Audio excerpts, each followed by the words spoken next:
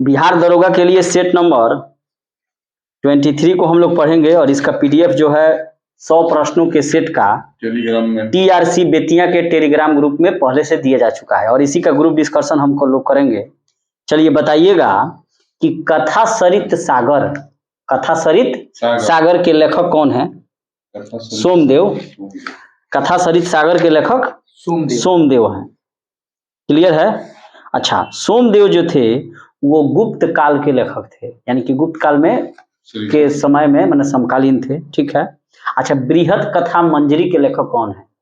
बृहत कथा मंजरी क्षेमेंद्र हैं और क्षेमेंद्र भी गुप्त काल के ही समकालीन थे। अच्छा, विशाखा दत्त जिसने मुद्रा राक्षस जैसे पुस्तकों को लिखा, ये भी गुप्तकालीन ही है। ठीक है। और देवी चंद्रगुप्तम किसने लिखा? विशाखा दत्त ने लिखा। उसके अलावा आर्यभट्ट जिन्होंने आर्यभट्टीय या सूर्य सिद्धांत जैसे पुस्तकों को लिखा, वे भी गुप्तकालीन ही थे।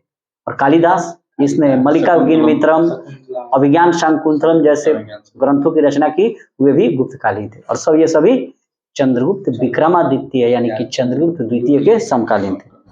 चलिए, क्लियर है कि यहाँ से कि कथा सरित सागर के लेखक कौन है? सोमदेव।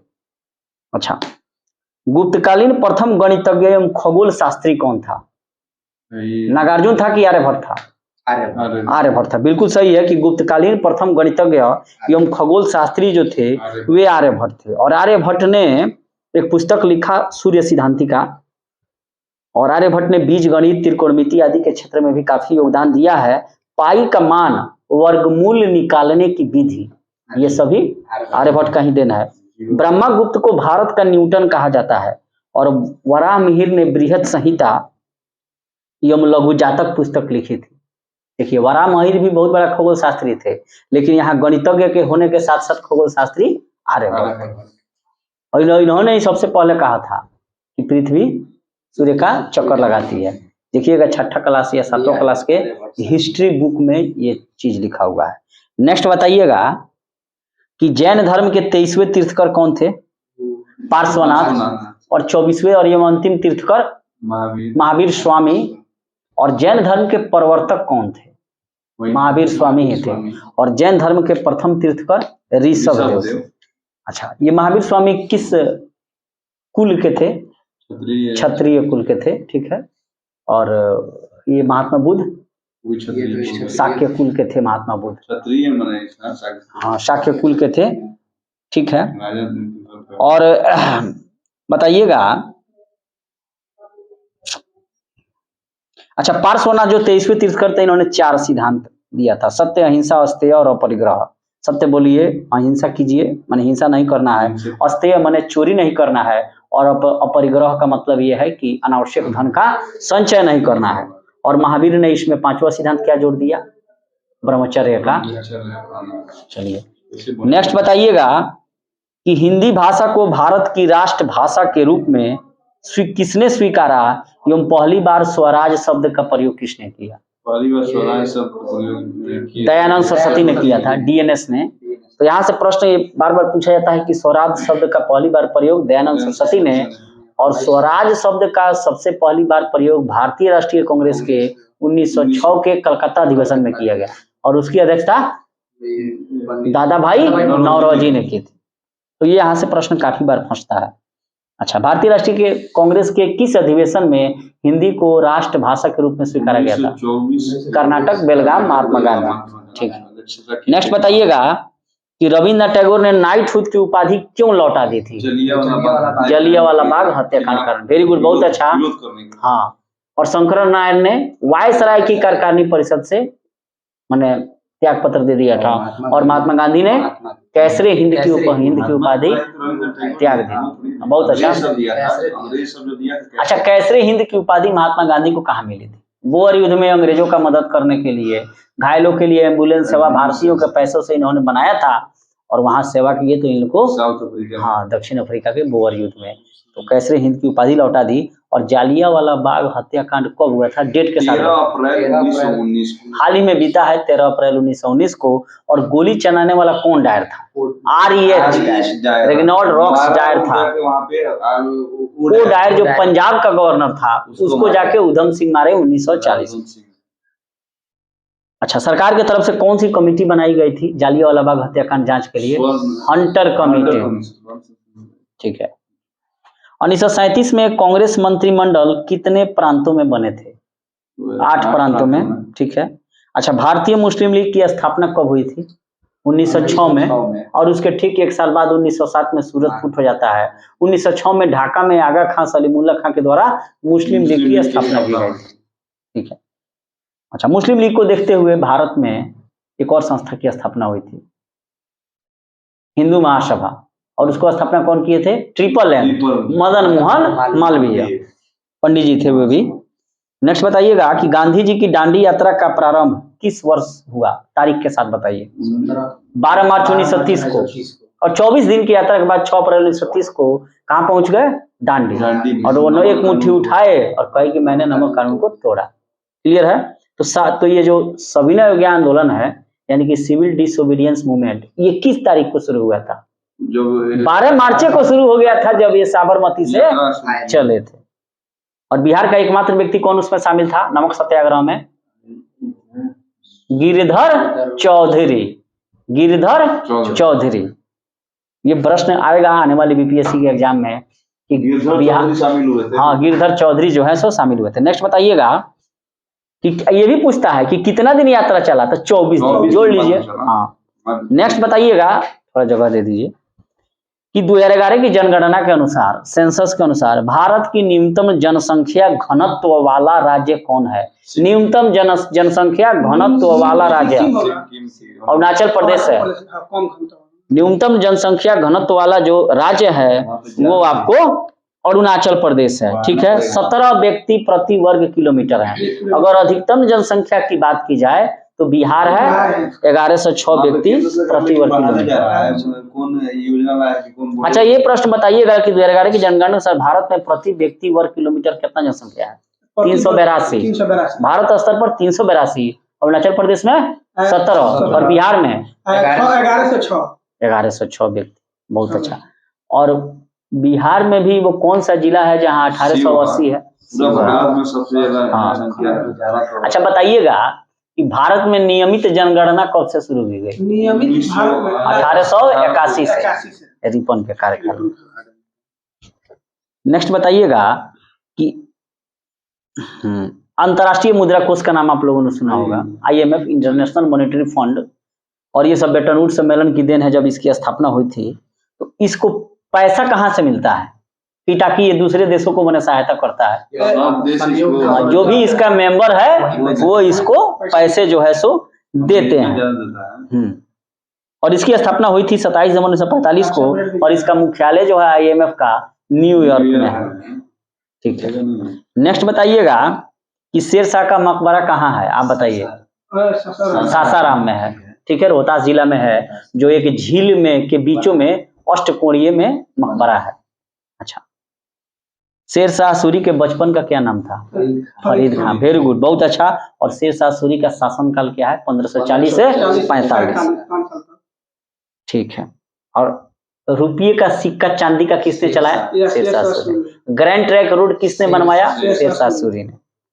चलिए, अच्छा बताइएगा कि अकबर के 1567 ईस्वी में चित्तौड़ आक्रमण के समय वहां का शासक कौन था? राणा उदय सिंह। राणा उदय सिंह था। ठीक है। सिटी शहर और अच्छा सीरी का किला और सीरी का शहर निर्माण किसने करवाया था? अलाउद्दीन खिलजी ने। मंगोलों के आक्रमण से बचने के लिए सीरी का किला और सीरी का दुर्ग उसी ने बनवाया था, और साथ ही सीरी शहर। और एक और काम किया था, 1000 सतूना महल, जिसमें 1000 गो खंभा लगा हो, ऐसा महल उसने बनवाया था। अलाउद्दीन खिलजी ने घोड़े को दागने की प्रथा, सैनिकों को नकद देने की प्रथा है, और उसके अलावा ये भी कहा कि मंडी व्यवस्था में, बाजार में, कि अगर जो कम तोलेगा उसके शरीर से मांस काट लिया। और उपज का अलाउद्दीन खिलजी ऐसा नहीं, अलाउद्दीन खिलजी जो है उपज का आधा भाग लिया। उपज का आधा भाग लिया है अलाउद्दीन खिलजी, समझे। और लूट के माल में से 80% कहा कि हम रखेंगे, 20% देंगे सैनिकों को। नेक्स्ट बताइएगा कि भारत में नूनमाटी तेल शोधन कारखाना कहाँ है? असम में है। असम में नुनमाटी और डिगबोई दोनों असम में है। अंकलेश्वर और खंभात की खाड़ी गुजरात में है। अंकलेश्वर और खंभात की खाड़ी गुजरात में है। सागर सम्राट पेट्रोलियम जो प्लेटफॉर्म है वो मुंबई में है। नेक्स्ट बताइएगा कि अच्छा वानिकी अनुसंधान संस्थान कहाँ है? Forest research institute of India Dehradun है। ठीक है। केंद्रीय आलू अनुसंधान संस्थान शिमला में है। बहुत अच्छा। और तंबाकू अनुसंधान संस्थान राजमुंदरी आंध्र प्रदेश। बहुत अच्छा। अच्छा बताइएगा कि टाइफाइड जिसे मियादी बुखार भी कहते हैं, हाँ, ये किससे मन फैलता है? दूषित खाद्य पानी से। टी है टाई डिप्लेको गानी आई सबको जीवाणु जाने, जीवाणु से होता है। और दूषित खाद्य पानी सब लीजिएगा तो टाइफाइड यानी कि मियादी बुखार या मोती झारा रोग हो जाएगा, यानी कि पेट हर हर गंगे हो जाएगा। अच्छा मॉन्ट्रियल प्रोटोकॉल किससे संबंधित है? ओजोन परत के क्षरण से। और मॉन्ट्रियल है कहाँ? कनाडा में है। ठीक है। सुनहरा चावल यानी कि गोल्डन राइस किस रोग से बचाव के लिए उपयुक्त है? क्योंकि इसमें विटामिन ए की अधिकता होती है। और एक 2-3 देखिए, बिहार दरोगा में 2-3 प्रश्न ऐसा है जो हम लोग जब से ग्रुप डिस्कशन कर रहे हैं तब से बार बार पूछ रहा है। एक तो पूछता है कि तारे टिमटिमाते क्यों हैं, उसको तो छोड़ नहीं रहा है। कहा जाने कितना तारा टिमटिमाएगा? प्रकाश के अपवर्तन के कारण। और दूसरा ये गोल्डन राइस के बारे में हमको कई बार मिल गया कि गोल्डन राइस में सुनहरा चावल में विटामिन ए की अधिकता होती है, बीटा कैरोटीन, और ये जीरो प्लैथेमिया यानी कि शुष्का छिपेक से बचाता है। यही हम लोग। चलिए नेक्स्ट बताइएगा, बेरोजगारी प्लस मुद्रास्फीति। एगो तो बेरोजगार हैं, काम नहीं है, घर पर बैठे हैं, और साथ ही मुद्रा का मूल्य घट गया है, यानी कि 1 किलो आलू खरीदने के लिए अब ज्यादा पैसा खर्च करना पड़ रहा है। तो यहाँ प्रश्न ये है कि बेरोजगारी और मुद्रास्फीति की संयुक्त घटक क्या कहलाती है? स्टैगफ्लेशन। ठीक है। अच्छा बताइएगा,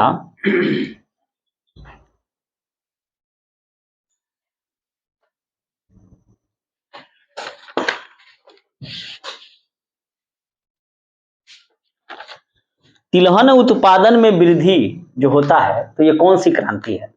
पीली क्रांति, येलो रिवोल्यूशन। ठीक है।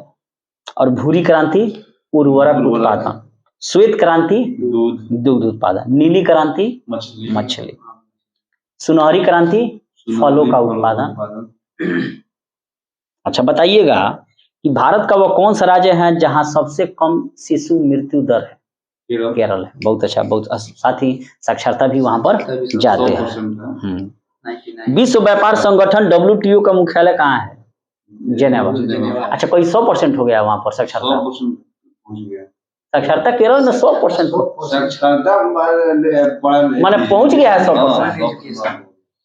साक्षरता का मतलब जानते हैं? 7 वर्ष से अधिक उम्र के कोई भी अगर आदमी है वो किसी भी भाषा को पढ़ ले, लिख ले, समझ ले, उसी को साक्षरता कहा जाता है। ठीक है। तो WTO की स्थापना कब हुई थी? 1 जनवरी 1995 को। और इसका पूर्ववर्ती नाम क्या है? गैट।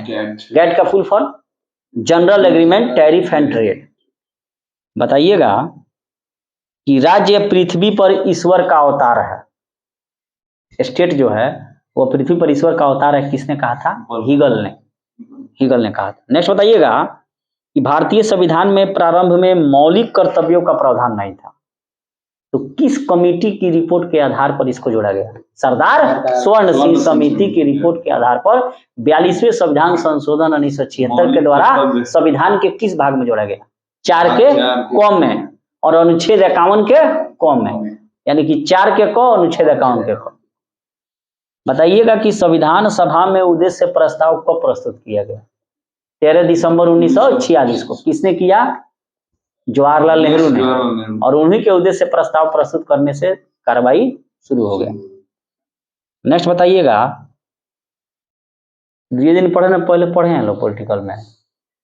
स्वाधीनता आंदोलन के दौरान पूर्ण स्वराज के लक्ष्य को कब घोषित किया गया? पूर्ण स्वराज के लक्ष्य को घोषित किया 1929 में जवाहरलाल नेहरू की अध्यक्षता में लाहौर में रावी नदी के किनारे। अच्छा संविधान सभा के प्रथम अध्यक्ष कौन थे? सच्चिदानंद सिन्हा। टेम्पोररी थे। और ये कब बने थे? 9 दिसंबर 1946 को, ठीक 2 दिन बाद। 11 दिसंबर 1946 को डॉक्टर राजेंद्र प्रसाद अस्थायी सदस्य के रूप में। हाँ, बहुत अच्छा, सही बने। बताइएगा कि ब्रिटिश सरकार द्वारा सांप्रदायिक निर्वाचन प्रणाली का प्रारंभ कब किया गया? सांप्रदायिक निर्वाचन 1909 के मार्लो मिंटो अधिनियम, उसी में न दे दिया गया। के कहा मार्ले कि हम लोग नाग के मुंह में दांत दे रहे हैं कि वो सबको काटेगा। मार्ले कौन था? भारत सचिव था।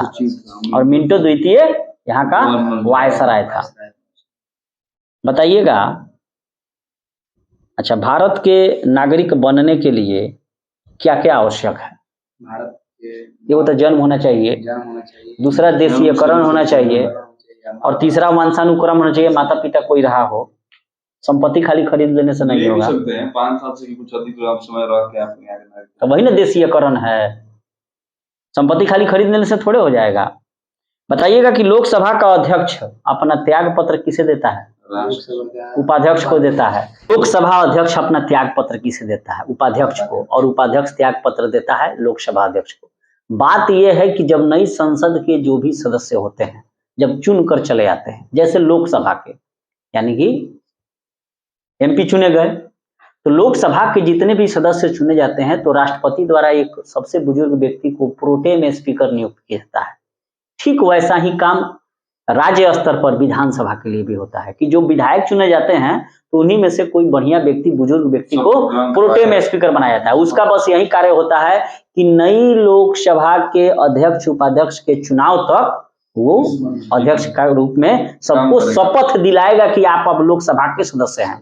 जब सभी सदस्य शपथ ले लेते हैं तो लोकसभा में जब प्रथम बैठक होता है तो उसी में अपने ही सदस्यों में से साधारण बहुमत के द्वारा लोकसभा अध्यक्ष एवं उपाध्यक्ष को चुना जाता है। अब लोकसभा अध्यक्ष एवं उपाध्यक्ष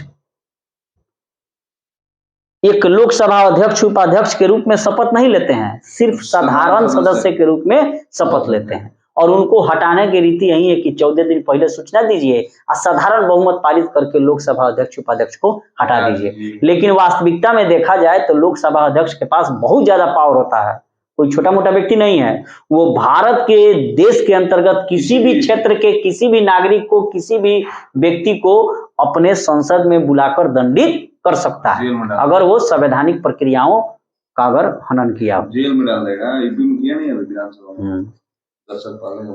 चलिए ठीक है, यानी कि पढ़ना लिखना बेकार है, संसद बन जाना ठीक है। नेक्स्ट बताइएगा कि कौन से मूल अधिकार जो हैं केवल भारतीय नागरिकों को ही उपलब्ध है? 15, 16 और 19 और 29। भारत के 21 राज्य की, अच्छा, द्विसदनीय विधायिका तो जम्मू कश्मीर खत्म हो गया, बिहार में बचा है।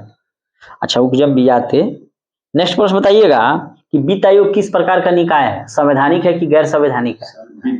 संवैधानिक निकाय है। प्रत्येक 5 वर्ष पर राष्ट्रपति द्वारा केंद्र एवं राज्यों के बीच करों के बंटवारे हेतु अनुच्छेद 280 का प्रयोग करके वित्त आयोग का गठन किया जाता है। प्रथम वित्त आयोग के अध्यक्ष केसी नियोगी साहब थे। और वर्तमान में वित्त आयोग के कौन अध्यक्ष हैं और कौन सा वित्त आयोग चल रहा है, इसका आप लोग कमेंट कीजिए। नेक्स्ट बताइएगा कि राज्यसभा में गण पूर्ति हेतु कितने सदस्यों की आवश्यकता होगी? गण पूर्ति होती है 10%। उत्तर 10 हो जाएगा, संख्या हम पूछ रहे हैं। राज्यसभा की अधिकतम सदस्य संख्या वेरी गुड 250 होती है और उसका 10वां भाग 25 होगा। लोकसभा में 55 के आसपास होगा। नेक्स्ट बताइएगा कि कार्बन नैनो ट्यूब में किस संरचनात्मक परिवार का सदस्य है? बहुत ही इंपॉर्टेंट प्रश्न है, फुलरीन्स। ठीक है। कॉपर के किस मिश्र धातु में जस्ता नहीं होता है? पीतल में तांबा जस्ता है, जर्मन सिल्वर में तांबा जस्ता और निकेल है, और क्या नाम है, गन मेटल में है तांबा जस्ता और टीन, लेकिन बेल धातु में नहीं है क्योंकि ये तांबा और टीन है, लेकिन इसमें जस्ता नहीं है। अच्छा, फेफड़ों का सफेद कैंसर किसके कारण होता है? एस्बेस्टस के कारण, एस्बेस्टस धूल से। अच्छा, एगो मिनी माता रोग हुआ था, जापान में फैला था। किसके कारण फैला था? पारा के कारण, क्योंकि वहां क्या हुआ था, पारा का रिसाव हो गया था समुद्र में और मछलियां को प्रभावित कर दिया, और वही मछली मिनी माता शहर के लोग खा लिए, इसके कारण मिनीमाता वहां पर रोग हो गया। ठीक है। अच्छा, संसद की प्रकालन समिति किस प्रकार की समिति है? एस्टिमेटेड कमेटी है या एक प्रकार का अस्थायी कमेटी है? और इसमें क्या होंगे? सिर्फ लोकसभा के ही सदस्य भाग लेंगे। प्रकालन समिति में सिर्फ लोकसभा के सदस्य ही भाग लेंगे और इसमें सदस्यों की संख्या कितनी होगी? 30। क्लियर है? और एक और समिति होता है लोक लेखा समिति। लोक लेखा समिति को राज्यसभा प्रकालन समिति की जुड़वा बहन भी कहते हैं। और लोक लेखा समिति में 22 + 7, 22 लोकसभा के और 7 राज्यसभा के होंगे। तो एस्टिमेटेड कमेटी में खाली लोकसभा का रहता है, क्योंकि सरकार अभी मोदी का है, तो मोदी का आदमी ना एस्टिमेट बनाएगा। उसमें अगर कांग्रेस पार्टी के आदमी को शामिल कर लीजिएगा तो कौन योजना पारित होगा? तो कहेगा ना 1 करोड़ नहीं लगेगा, 50 लाख लगेगा, कम में नहीं होगा। नेक्स्ट बताइएगा कि जीव विज्ञान के पिता कौन है? जीव विज्ञान के फादर ऑफ बायोलॉजी अरस्तु हैं। और जंतु विज्ञान के भी जनक या पिता अरस्तु ही हैं। लगता है घूम के आए हैं ना आप, इसीलिए ये हाल है। जीव विज्ञान के पिता अरस्तु, जंतु विज्ञान के पिता अरस्तु। क्लियर है? नेक्स्ट बताइएगा लोग कि भारत का राष्ट्रीय पुष्प कौन है? नेलम्बो न्यूसिफेरा, कमल है। भारतीय जनता पार्टी का भी चुनाव चिन्ह वही है। अच्छा, एनसीपी जो है महाराष्ट्र वाला शरद पवार, उसका चुनाव चिन्ह क्या है? घड़ी छाप। भाई घड़ी साबुन नहीं, पहले इस्तेमाल करो फिर विश्वास का नहीं। अच्छा बताइएगा कि परंपरागत रूप से क्रिकेट बैट के निर्माण में क्रिकेट का जो बल्ला बनता है किस पेड़ की लकड़ी का प्रयोग किया जाता है? बीलो का। अच्छा बताइएगा कि कीट भक्षी पादप जो कीटों को खाता है, कुछ ऐसे पौधे का नाम बताइए। नेफेंथिस, डायनिया, ये सब क्या है? फीचर प्लांट है। नेक्स्ट प्रश्न बताइएगा कि कलोल पावर विद्युत परियोजना, कलोल किस राज्य में है? गुजरात में है। ठीक है। अच्छा, पाचन तंत्र का कौन सा भाग हाइड्रोजन क्लोराइड स्रावित करता है? आमाशय, स्टोमैक। बताइएगा नामदफा बाघ अभयारण्य किस राज्य में है? अरुणाचल प्रदेश में है। दक्षिण भारत की सर्वोच्च चोटी का क्या नाम है? अनाईमुदी। और दूसरी बड़ी चोटी दोदा बेटा। ठीक है। भारत में परमाणु ऊर्जा आयोग की स्थापना कब हुई थी? 1948 में। लोनावाला जल विद्युत संयंत्र कहाँ है? महाराष्ट्र में। तो भूलेगा कोई नहीं। भारत का दक्षिणी बिंदु कहाँ है? इंदिरा पॉइंट। अच्छा बताइएगा रेड सिंधी किस पशु की नस्ल है? गाय का। बहुत है। हिलोस्टीन फ्रीजियन भी गाय का है। नेफा का फुल फॉर्म बताइए। North East Frontier Agency, Arunachal Pradesh को कहा जाता है। भारत में वन नीति 1952 का संशोधन कब किया गया? 1988 में। अच्छा, मेघालय की गारो पहाड़ियां किस फसल के उत्पादन के लिए जानी जाती हैं? संतरा। मेघालय की गारो पहाड़ियां किस फसल के उत्पादन के लिए जानी जाती हैं? संतरा पर। और वहां पर लेटराइट मिट्टी भी पाई जाती है। नेक्स्ट बताइएगा विश्व जल दिवस कब मनाया जाता है? 22 मार्च को। और 22 मार्च को बिहार दिवस भी मनाया जाता है। नेक्स्ट बताइएगा कि पेयजल में किसकी अधिकता के कारण ब्लू बेबी सिंड्रोम हो जाता है? बहुत इंपॉर्टेंट प्रश्न है यह। नाइट्रेट की। पानी में जब नाइट्रेट की मात्रा बढ़ेगा ना तो ब्लू बेबी सिंड्रोम हो जाएगा। क्लियर है? और ऐसा ब्लू बेबी जो सिंड्रोम जो होता है उसमें बच्चे में क्या हो जाता है? हीमोग्लोबिन नष्ट होने लगता है। और जब हीमोग्लोबिन नष्ट होगा तो उसके सांस लेने में उसको दिक्कत होगा, यानी कि ऑक्सीजन की कमी हो जाएगी और उसका शरीर नीला पड़ जाएगा। और ऐसा नाइट्रेट की अधिकता के कारण होता है। अच्छा, सूर्य एवं तारों में ऊर्जा का मुख्य स्रोत क्या है? नाभिकीय संलयन है। ठीक है। अच्छा बताइएगा सौरमंडल में वैक्यूम क्लीनर की भांति कौन सा ग्रह कार्य करता है? बृहस्पति, क्योंकि उसमें चुंबकीय शक्ति ज्यादा है, खींचे रहता है अपने तरफ किसको? क्षुद्र ग्रहों को। और मंगल बृहस्पति ग्रह के बीच कक्षाओं की जो पट्टी है उसमें क्षुद्र ग्रह काहे है? क्योंकि ये चुंबकीय शक्ति के कारण खींच ले रहा था। एक प्रकाश वर्ष कितना किलोमीटर के बराबर होगा? 9.46 गुना 10 के पावर 12 किलोमीटर और 15 मीटर। अच्छा नेक्स्ट बताइएगा, 9.46 गुने 10 के पावर 12 किलोमीटर हो जाएगा और 9.46 गुने 10 के पावर 15 मीटर होगा। नेक्स्ट बताइएगा कि रॉकेट जो है वो किस सिद्धांत पर कार्य करता है? न्यूटन के किस सिद्धांत? थर्ड लॉ पर काम करता है। ठीक है। अच्छा न्यूटन ने अपने तीनों जो नियम दिए थे उसको किस पुस्तक में उसने प्रस्तुत की थी? प्रिंसिपिया में। न्यूटन कई गो चीज है, बहुत चीज का आविष्कार किए हैं न्यूटन। अच्छा एक चीज बताइए लोग,